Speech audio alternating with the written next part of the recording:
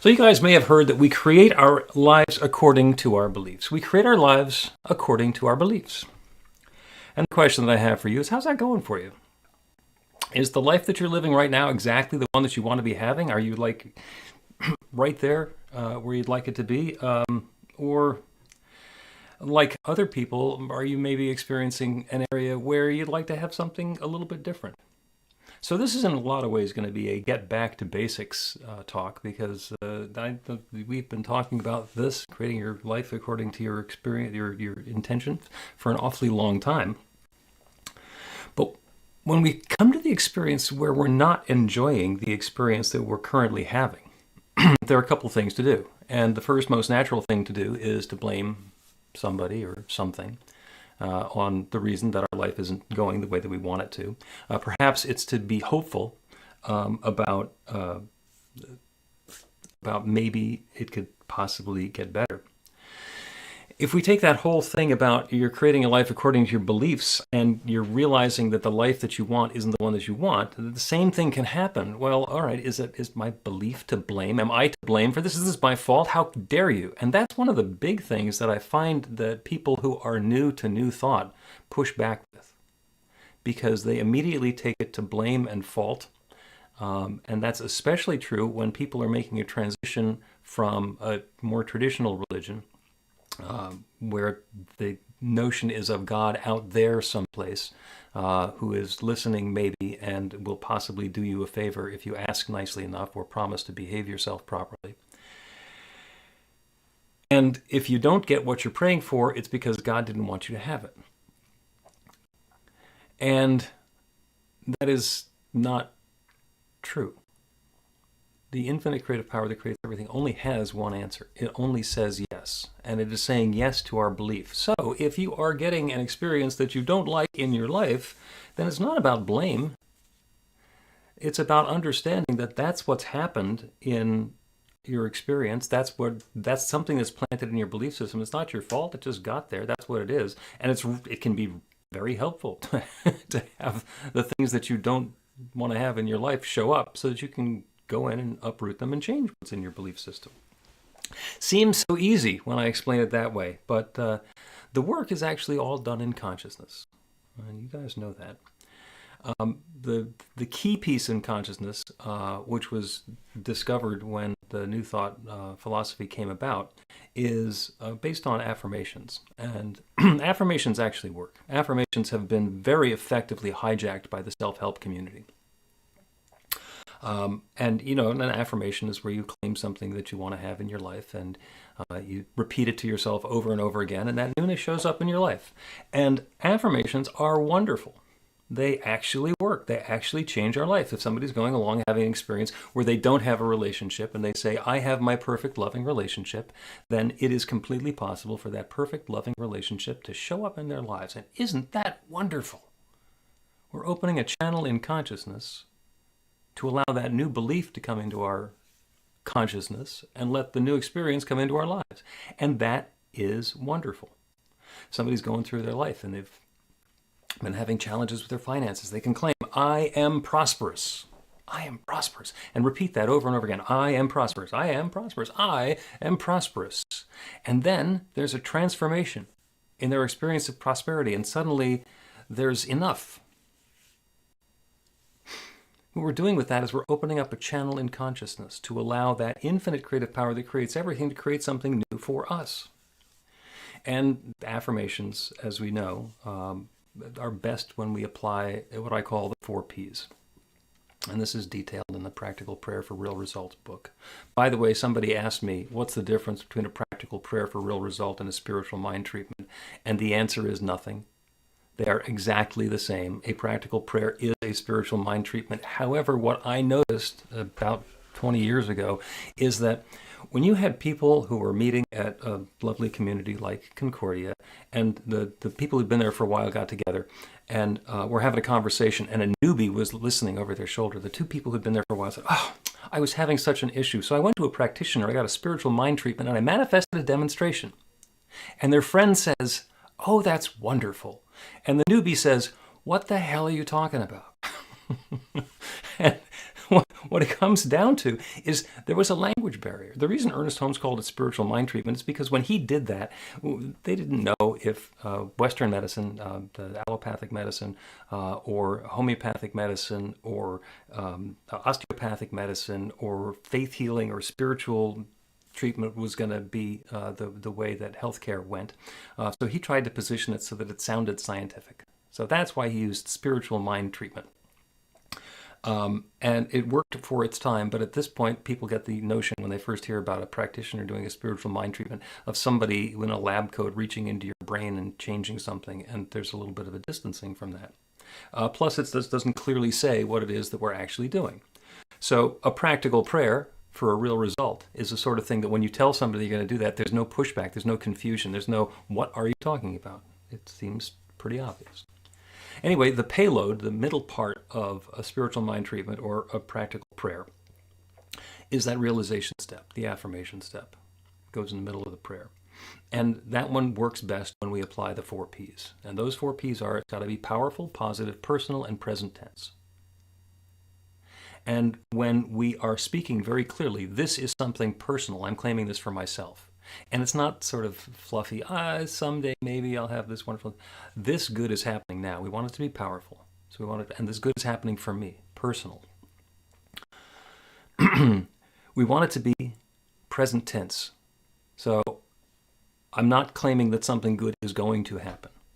I'm not claiming that I'm going to someday have enough money to pay the bills. I'm not someday going to have a relationship. Because someday is always in the future. I'm claiming that I have it now. And sometimes our analytical mind says, oh, you can't claim it now. You don't have it now. There's not enough money to pay the rent right now. There's nobody, it's another weekend. I don't have anything planned. Where's my loving relationship? So what we want to do is in our affirmation, we want to claim that it's on the way. This perfect loving relationship is on its way to me now. This perfect person, this perfect match for me is even now looking for me, and our paths are in the process of coming together.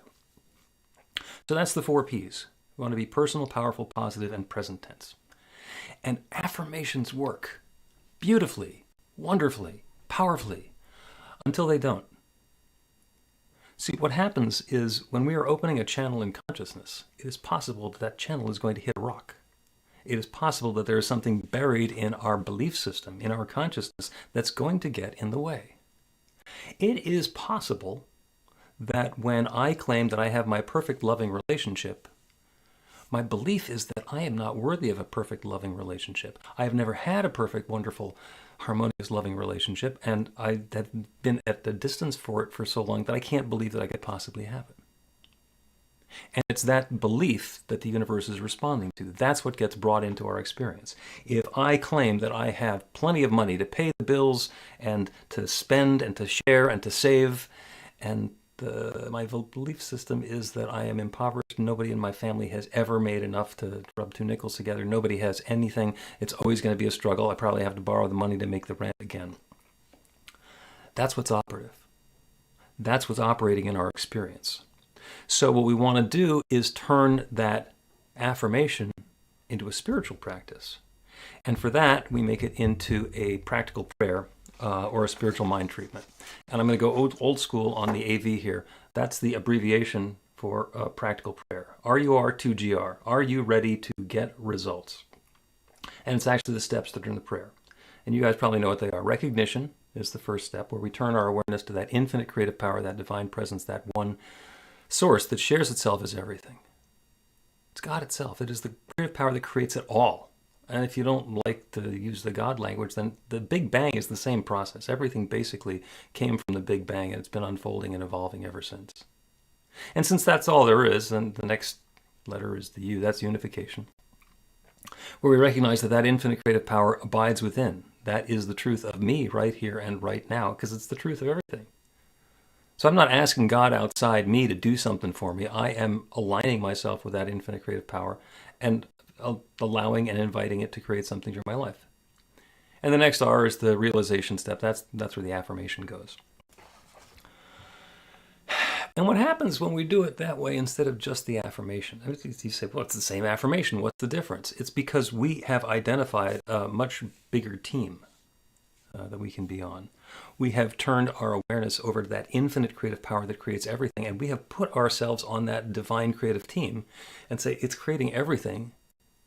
It's creating galaxies. It has created everything that exists everywhere on this planet, every particle, every person, every place, everything. It is not possible that that infinite creative power does not have the ability to create my perfect loving relationship, or can't come up with the rent money for the first of the month when that shows up. So that helps us understand and reinforce our belief system. If it's not possible for me, small me over here, who's always had a challenge with these things, to do it, I know that God can do it. And I've got my God alignment and the teamwork on to make that happen, to invite that in. And because RUR2GR is like the anchor point of the Practical Prayer for Real Results book, that's what's on my license plate. My license plate is RUR2GR. Every once in a while, somebody will notice it and say something about it. And very rarely do they get it right. I was driving down the street, and the guy in the next lane over rolls down the window of his pickup and says, "Greek, are you too Greek? Are you Greek too?" It's like, no, but nice try. And on Friday, I was in a parking lot, and a guy was looking at the back of my car. He was getting into his car. I was getting out of my car. And he says, he got really close. Are you ready to greatly something or other? And I said, that's really close. I told him, so are you ready to get results? And then I told him that it's basically the formula for practical prayer, an effective prayer. And he immediately wanted to inform me that he's not religious. He has some issues with religion. I was like, okay, that's cool. He said, "Are you a minister?" I said, "Well, yes, I am a minister." So, and here I am having a parking lot ministry going on with a guy. And he's got a couple of problems with with religion. The first one is with Abraham. Why would Abraham God tell Abraham he has to kill his son? Isn't that just cruel? I mean, he didn't make him go through with it, but that's just mean. And I said, I see your point. And he said, and the virgin birth. I mean, that's a really great story, but I know what happens if you have your way with a woman against her will. There's a word for that, and why would that be okay? And it's like, I see your point there too. And I said, the Bible is a wonderful source of insight. And everything in the Bible is either metaphysical, metaphorical, or historical. And he kind of nods a little bit. I said, and they're not labeled. And we had finally found a point of agreement. No, they're not labeled. Because the Abraham story and the virgin birth story are all metaphorical. It's about being willing to surrender what has been important up until now, and it's about being receptive to something that is completely new and different, and being able to bring something different into experience. But I wasn't going to have the rest of that conversation. I got him to the point where we didn't disagree, and then he got back in his car. The reminder there, though, is that everything is possible. Anything is possible. This is a universe in which anything can happen. And interestingly, when things happen, they show up in the world around us, and we get to experience them through our five senses. And the five senses don't have anything to do with our consciousness or with our connection to that infinite creative power. Our five senses only show us what's going on in the world around us. They do not illustrate that infinite creative power and the way that it is creating. They do not let us know directly what's in our belief system, other than showing us evidence of what's showing up in our world. And if that's the outpicturing or the result of our beliefs, then that's the way we can figure out what's going on in our belief system. I spent a fair amount of time at Unity Village, which is the largest property that New Thought owns in North America. It happens to be where the affiliated New Thought Network has been doing the annual retreat in October. I'm going to do a quick shout out for the Anton retreat because it's going to be even more spectacular this year than it is every year. It's the bringing together of all of the New Thought organizations. Centers for Spiritual Living, Sonny Cantrell-Smith is going to be there again. Divine Science, the Universal Foundation for Better Living. It's at Unity Village, so Unity World Headquarters and Unity Worldwide Ministries are there. So it's a coming together of the people from all different New Thought organizations, and we find out what we have in common, which is this understanding, this deep knowing that we are creating our experience according to our beliefs. And I think it's kind of interesting that Missouri, their state motto is "Show me," and that's what's on their license plates. So here we are at Unity Village in Lee Summit, Missouri, where they're saying "Show me," and we're believing exactly the opposite. It's not "Show me." The "Show me" is the last piece of it. That's where it shows up in our lives. The truth there, the metaphysical truth, is we want to look beyond the appearance so that we can invite something new and suspend our disbelief. We want to create something new in life, we have to suspend our disbelief. You want to know what your beliefs are? You know how you can find out what you don't believe? When there's something that you want to have that you believe you can't have? Do the first 3 steps of the prayer. Turn your awareness to the infinite creative power that creates everything. Know that that creative power, that divine essence, is the truth of what you are.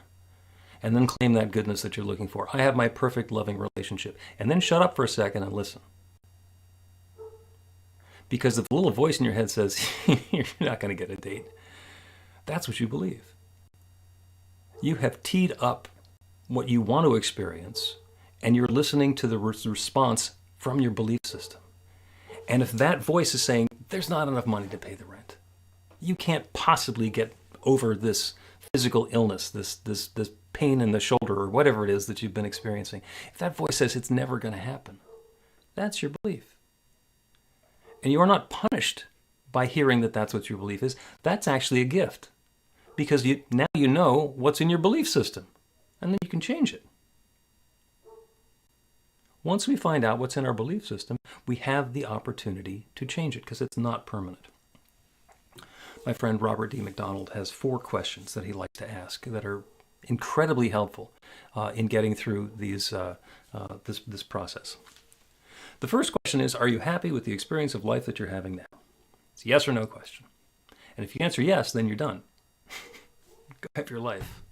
And if the answer is no, the second question is, what experience would you like to be having instead? And that is the pivot. When we turn away from the darkness and the shadow of what we don't want and turn to face the bright light of possibility of what we do want, that's the pivot. And that's huge. Because so many people, and I can tell you this and you'll say, yeah, I know people who do that. Watch in your life this week the number of people who like to talk about the problems and continue talking about the problems and over and over again want to tell you about the problems. And you commiserate it. Oh my gosh, it's so, yes, grandma is on life support and I understand how horrible that is for you and how difficult and challenging it is. And now what? Pivot. What do we want to have happen instead? You want to have grandma live forever? Well, you stretch the timeline out 100 years. Grandma's going to be gone. So somewhere between now and 100 years from now, something's going to happen with grandma. And wouldn't it be more productive to say how we would like to feel as that's going on? Again, turning away from the darkness, the situation, the circumstance. And it's very real. It's very real. Turning away from that and saying, what do I want to have instead? Once we've done that pivot and identified what it is we want to have instead, that's when we get to set up the purpose of the prayer. And it might be to a new purpose of the prayer that we were in the middle of doing when we found out our belief system was objecting. Or it could be something brand new. And that's that second question from Robert. What's the experience I want to be having instead? And you don't have to say this is the specifics and this is how much money I want to have, or this is the sort of person I want to be going out with him or her. You don't need to be that specific. The question is, the purpose is, how do I want to feel? What do I want the tone and texture and flavor of my life to be once I have that? And once we identify what that is, then that becomes the basis of the prayer. We then go back into the RUR2GR, turn our awareness to that infinite creative power that creates that feeling, that experience, the things that lead to that experience, and then unify with that, know that that's part of us, and then do the affirmation, do the realization step, and call something new into our experience, and then see what happens with that little voice. Interestingly, it usually doesn't say yes. Sometimes it does. When it does, it's great. When you get in the middle of a prayer and you're like, oh, this is it. This is the truth. I am speaking the divine word right now. That's really powerful. If it doesn't say anything, that's okay too. As long as it's not objecting, then you've opened that new channel. You have cultivated a new way for your life to be coming about. And the good is at hand. And that happens in lots and lots of different ways. People are talking now about how we are living in challenging times. And it's interesting, if you go back and look at self-help books from 100 years ago or 50 years ago or 20 years ago, they all start with, when we're living in challenging times like these, which isn't to negate the challenging times that we're living in now, but it's like this is not a brand new thing. We use the same process with that. What we want to do is we want to open ourselves to a brand new possibility. And one more shout out, we're having a listening event this evening. It's going to be on Zoom. You can find it on, I think the easy way is to go to the New Thought Philly website, newthoughtphilly.org. And there's a lot of teachers from around the country who are going to be facilitating this Zoom gathering. And we're not going to solve any problems. We're going to talk about the challenges and the difficulties and invite Spirit to guide us into something new. Because that's our job. That's our responsibility, is to open that channel to allow the infinite to create something new. Maybe there's something for us to do. Maybe there's a step for me to take. You know, I sit there on my purple pillow and I say, I have my perfect loving relationship. And an inspiration says, go to that concert tonight. And I say, nah. I can work against it. It's completely possible that there was a perfect relationship was ready to bud at the concert. So our good is at hand. Just to finish up, the last questions that Robert D. McDonald has is, the third one is, once you have it, how will you know that you have it? And this is really scientific and analytical, because if I say I want to be happy, okay, how will you know you're happy? You know, I want to have my perfect loving relationship. How will you know that you have your perfect loving relationship? Because you'll have somebody else's shoes overnight in your closet? I mean, whatever it's going to be, identify what that is. I am prosperous. Once you're prosperous, how will you know that you're prosperous? Will it be because you have $25 in the bank, $25,000 in the bank? Do you need to have $25 million in the bank? What does it feel like to have enough to cover the expenses and then some? Identify what is it that you want to be having. And the fourth question, which we'll save for another time, is what's keeping you from having it now? And yeah, that's a whole different section.